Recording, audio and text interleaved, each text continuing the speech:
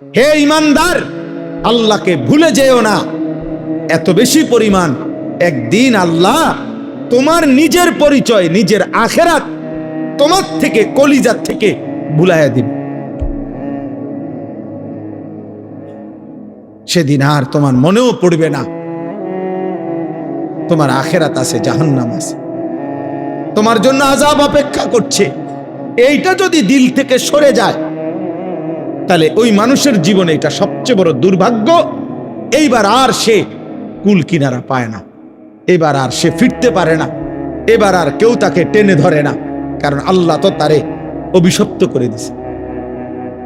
কোরআন শরীফে আছে, আল্লাহ তাআলা বলছে, মনের ইচ্ছা মতো যে ধারাবাহিক চলতে থাকে, আমি তাকে 3টা শাস্তি দেই।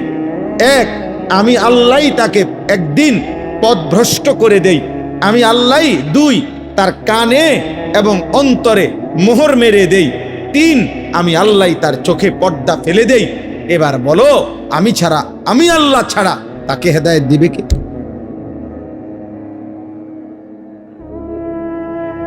এই জন্য মূলত তো বক্তা বলেন, ওয়াইজ বলেন, ইমাম বলেন, পীর বলেন, বুজুর্গ বলেন, আউলিয়া বলেন, সাহাবা বলেন, এমনকি নবী বলেন, এমনকি সাইয়্যিদুল আম্বিয়া, আমাদের নবী, আখিরি নবী, শ্রেষ্ঠতম নবী, সমস্ত নবী, রসুল, আউলিয়া, পীর, বুজুর্গ, উলামা, কারো হাতে চূড়ান্ত হেদায়েত নাই।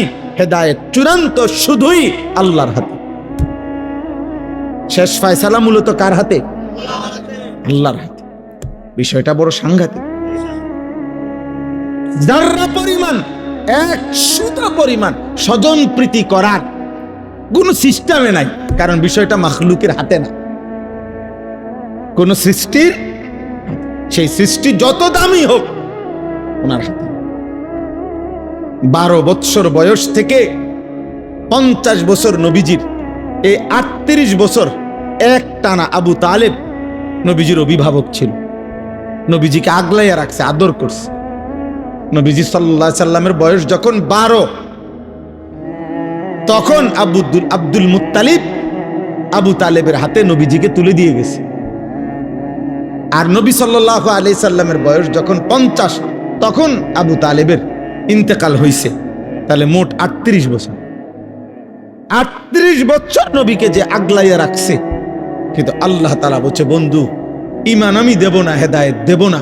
তো নবী সাল্লাল্লাহু আলাইহি সাল্লাম মৃত্যুর দিন পর্যন্ত অজরে চোখের পানি ফেলছে, চাচার হেদায়েত, চাচার কালেমা উচ্চারণ করাইতে আল্লাহর নবী অজরে কানছে। কিন্তু আল্লাহ বলছে, বন্ধু, হেদায়েত দেব না তো দেবই না, আমনে কানলেও দিতাম না। কি মনে করেন বিষয়টা? কিভাবে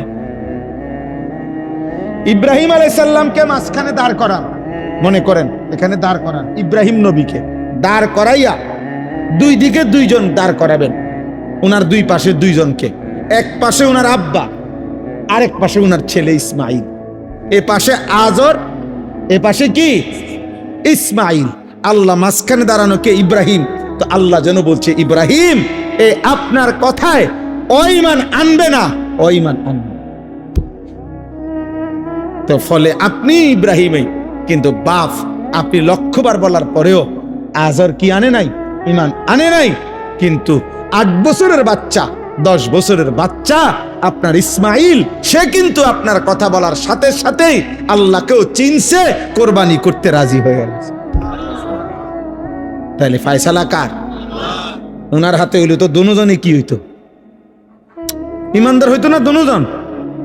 ইব্রাহিম আলাইহিস সালামের সামনেই তো দুজন। তো বাপে কেন ইমানদার হলো না? পুতে কেন ইমানদার? ফয়সালা কার? গুরুত্বপূর্ণ। এজন্য ছেলেরা, বাবারা, হেদায়েত, ঈমান, সেজদা, কালিমা, আল্লাহর বন্দেগী, খোদার কসম, এটা ভিন্ন জিনিস। আরে ভাত, পেশাব, পায়খানা আর ঘুম আর দুনিয়া ভোগ করা, এটা নরমাল জিনিস, এটা আহামরি কিছুই না। এটা আমি প্রত্যেক দিন, সারাটা জীবন বলি, সারা বছর বলি, এটা কোনো বিষয়ই না। এটা তো আল্লাহ তাআলা মানুষ, গরু, ছাগল সবাইকে দেয়। পাগল মাতাল সবাই রে খাওয়ায়। মুসলমান, হিন্দু, বৌদ্ধ, ইয়াহুদি, খ্রিস্টান, কাফের, বেঈমান সবাইকে খাওয়ায়। এটা তো কিচ্ছু না। আসল বিষয় হলো ঈমান, আসল বিষয় হলো তাওহীদ, আসল নিয়ামত তো হলো সেজদা, নিয়ামত তো হলো আল্লাহ তাআলার এক এক হুকুমের গোলামি। আল্লাহ তাআলা আমাদেরকে বুঝার তৌফিক দান করেন।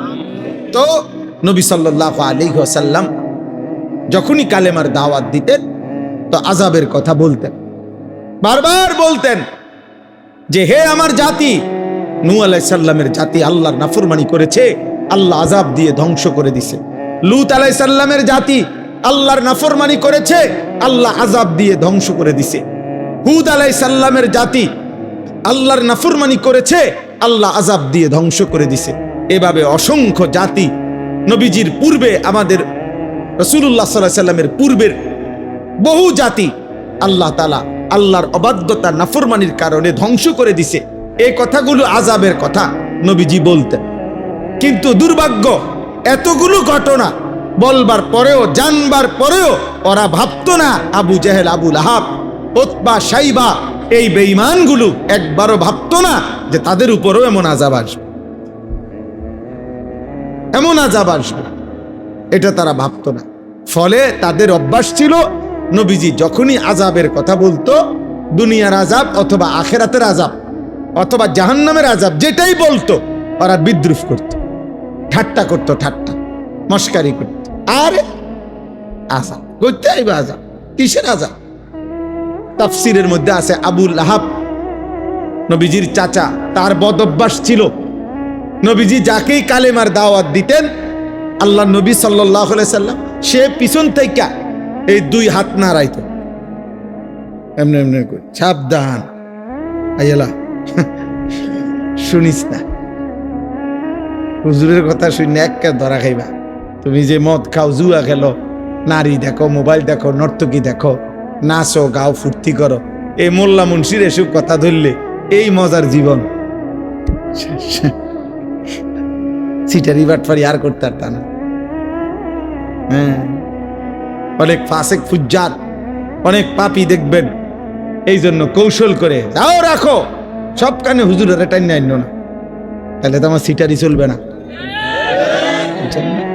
প্রতি কথায় কোরআন কিতাব লইয়া এত টানাটানি করো না চাই।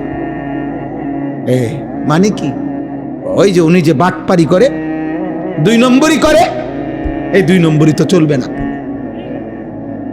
বুঝছেন?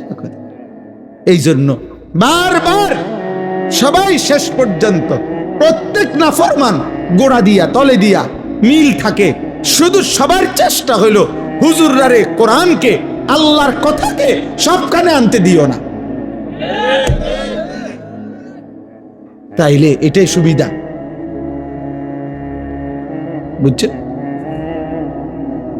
হুজুররারে বলবা সব কথা তাতে না বল, এটা বলা যাবে না, ওইটা বলা যাবে না, রাজনীতির কথা বলা যাবে না, এইটা অতর বলা যাবে না, কিচ্ছু, শুধু আপনার শুধু বিধিনিষেধ, শুধু টেনশন, শুধু পেরেশানি। এটা হুজুররারে সব কথা বলতে দিলেই মুশকিল হবে, বলতে দিলেই মুশকিল হবে। আমি একবার এক মাহফিলে, আরো আগে, এইরকম এক ভদ্রলোক কাগজে লেখা দিছে আমারে যে হুজুর এই এই কথাগুলো ওয়াজ করবেন, নিচে লিখে দিছে রাজনৈতিক বিষয়, সাম্প্রতিক বিষয়, আর কি কি জানি, এটি বলবেন না, বলা যাবেন না, এটি করবেন। পরে আমি বললাম যে আঙ্কেল, এই যেগুলো লিখছেন আপনি, এগুলো আর এগুলো বাদ দিয়া শুধু এগুলো ঠিক রাখা ওয়াজটা কেমনে করলে সুবিধা হয়, এটা স্যাম্পল হিসাবে আপনি 10টা মিনিট আগে কম কইলে আমি ওইটার ব্যাখ্যা করব। বুঝেন নাই কথা? হ্যাঁ, আপনি একটু আমার শুধু জিনিসটার কৌশলটা শিখাই দেন যে এইভাবে বলবেন হুজুর, যাতে করিয়া আমি কারো গায়েও লাগে না, পিঠেও লাগে না, সবটা ওয়াজ কি প্যান্ডেলের রূপে দিয়া জায়গা, আলহামদুলিল্লাহ কারো কোনো অসুবিধা হয়েছে না। যার যে জায়গা বনওয়ালা বন খায়, বিড়িওয়ালা বিড়ি খায়, বুঝছেন না কথাটা? সিটারিও করে, ইমানদার সেজদাও করে, যে যেমনে আছে এমনি থাকুক। আপনি এইভাবে একটা ওয়াজ দিবে, নিরিবিলি ওয়াজ, যেটা প্যান্ডেলের উফি দিয়ে যায়। হ্যাঁ, এমন একটা সিস্টেমের ওয়াজ করে। নাউযুবিল্লাহ। তাইলে মূলত যখনই আমি আবারও বললাম এই কথাটা, এটা বারবার ছেলেরা তোমরাও মনে রাখো, তোমরাও মনে রাখো। আমি প্রায় এ কথাটা বলি, কোনোভাবেই পাপী বুঝতে চান, পাপী বোকা হয়, পাপী জাহেল হয়। পাপ মানুষকে তার গন্তব্য ভুলাইয়া দেয়, মঞ্জিল ভুলাইয়া দেয়। দুনিয়া চলে মিয়া, কিন্তু পাপ করতে করতে মিথ্যা, চুরি, জিনা, নারী, ছবি, নাটক, সিনেমা, সুদ, কিস্তি, বেহায়া, বেপরদেগি, এটা নগদ দুনিয়া চলে ঠিক আছে, কিন্তু তার মঞ্জিল, গন্তব্য আখিরাত তাকে ভুলাইয়া দেয়। ফলে সে বুঝতে পারে না, আর একটা সময় মনে যেন তার ব্রেনে কাজ করে। এটা অনেক বড় বিপদ। এই জন্য গুনাহকে লম্বা দিতে করতে নাই, পাপকে দীর্ঘায়িত করতে নাই। ভুল আমারও আছে, আপনারও আছে। প্রতিদিন প্রতিদিন খোদার কসম আমারও গুনাহ হয়, আপনারও গুনাহ আছে। আমিও বেহেশতে থাকি না, বা বেহেশতের থেকে আইছি না। আমি এই মাটির পৃথিবীতে আমরা থাকি, কাজে ভুল, ভ্রান্তি, ত্রুটি, বিচ্যুতি, কমতি, ঘাটতি আমাদের প্রত্যেকেরই হচ্ছে, হতেই থাকবে।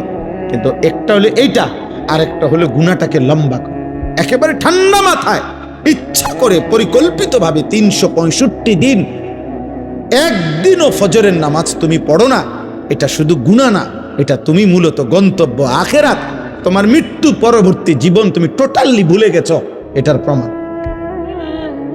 নাই তো হইতে পারে 3 মাসে একদিন ছুটে গেছে, 6 মাসে একদিন ভুল হয়ে গেছে, আর একটা হলো গুনাহটাকে একটা সিস্টেমে ফেলাই দিছে, এক তালে, এক রঙে, এক ঢঙ্গে মিথ্যা বলে প্রত্যেক দিন, সিস্টেমে গুনাহ। এইটা কি? এটা প্রমাণ করে তার আখিরাত মনে নাই। ফাআনসাহুম আখিরাতাহুম, তাফসীরে আছে, আল্লাহ বলছে আমাকে ভুলে গেলে একদিন আমি তোমার আখিরাত ভুলায় দেব। ফাআনসাহুম মাসালিহাহুম, একদিন আমি তোমার কল্যাণ, তোমার জন্য কোনটা উপকারী, আমি সেই উপকারী বস্তু ভুলিয়ে দেব।